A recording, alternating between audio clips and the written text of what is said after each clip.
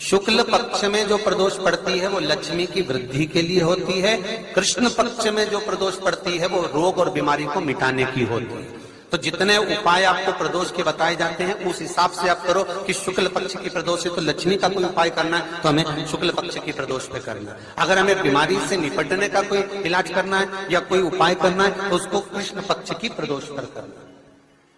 मान लो अगर कहीं आप कोई नौकरी के लिए अप्लाई कर रहे हैं तो जैसा माता उमा ने प्रदोष काल में प्रदोष के समय पर प्रदोष काल के अंतर्गत बेलपत्री का स्मरण किया है, वो बेलपत्र का स्मरण अगर संसार का मनुष्य कर लेता है तो महाराज ब्रह्मवृत्ता पुराण कहती है कि उस जीव का ऐसा कोई कार्य नहीं जो सफल नहीं होता। महाराज मेरा निवेदन रहेगा, किसी एग्जाम में आप बैठ रहे हो, इंटरव्यू के लिए जा रहे हो, किसी कार्य के लिए जा रहे हो, नौकरी नहीं लग रही, सर्विस नहीं लग रही, तो महाराज तांबे के कलश में 11 बेलपत्र को रखा जाए और तांबे के कलश में 11 बेलपत्र रखकर उसमें 11 सफेद पुष्प को डाला जाए।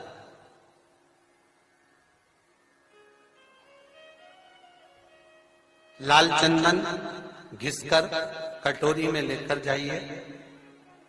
प्रदोष के दिन शुक्ल पक्ष का जो प्रदोष पड़ जाए उसके दिन शंकर के शिवलिंग पर लाल चंदन लपेटने से पहले शंकर की जो जलाधार, शिव महापुराण कहती है, माता उमा का चरित्र कहता है, कोई एग्जाम में बैठ रहे हो, कोई कंपटीशन एग्जाम में बैठ रहे हो और चाहते हो कि मेरी नौकरी इसमें लगना ही चाहिए, तो लाल चंदन का लेपन आपको इस पूरी जलाधारी पर करना है।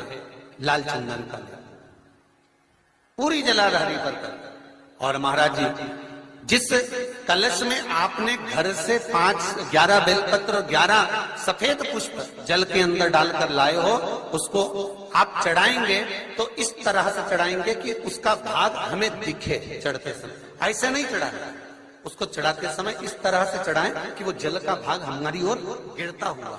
महाराज जब आप वो समर्पित कर दें, बेलपत्र पुष्प आदि सभी चीजें, उस चंदन का एक थोड़ा सा भाग पूरी जलाधारी पर हाथ फेर कर अपने दरवाजे पर आते आते उसका स्पर्श कर दें। जिस दरवाजे से आप एग्जाम देने के लिए जाओगे, जिस घर से आप जाओगे, अपने घर के किसी भी दरवाजे पर उसका हाथ लगा दें या कोई स्थान को छू लें।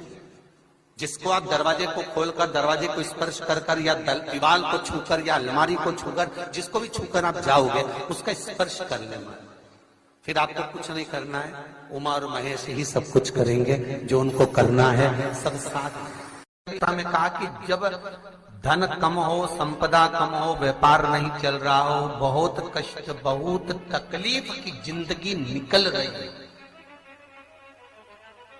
2 रुपए भी अगर खाने के लिए नहीं है तो एक बार प्रयास करना, घर में ही प्रदोष के दिन घी का दिया लगाकर या मंदिर में शंकर के घी का दिया लगाकर उसमें 2 बाती, कितनी बाती?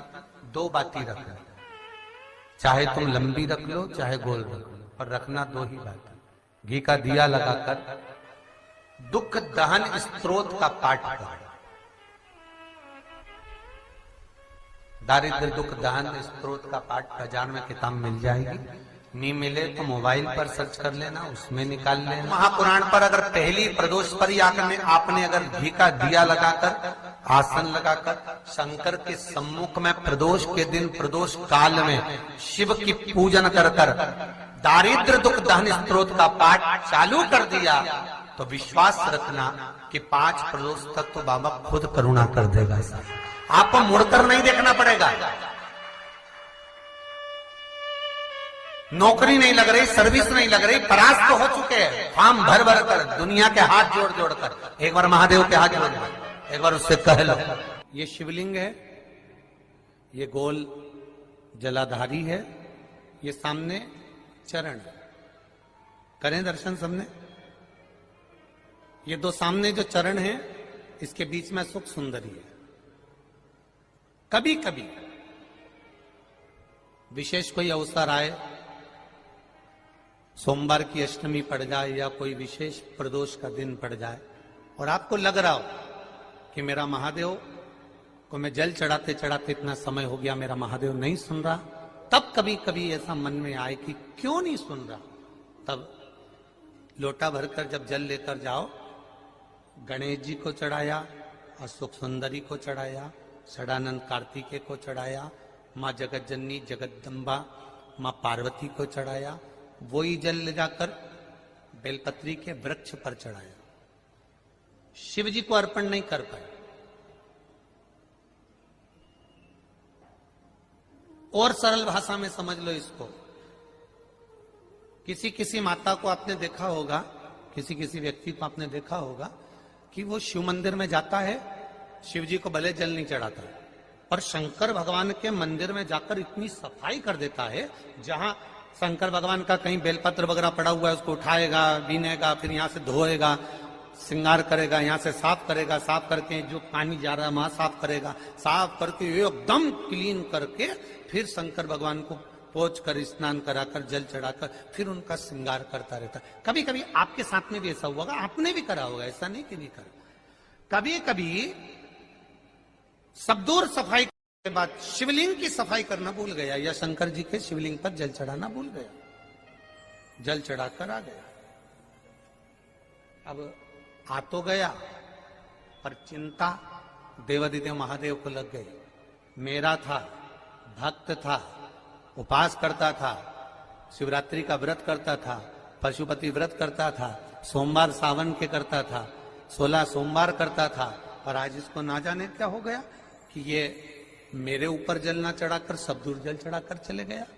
देवादिदेव माता पार्वती जी से कर देते हैं, सुन पार्वती, अगर कोई भूलवश भी मुझ पर जल चढ़ाना भूल जाए और तेरे हस्त कमल पर जल चढ़ा कर जाए, तो पार्वती जितना फल मैं प्रदान करूं उससे दुगना फल तुझे प्रदान करना है। ये शिव कह रहा है।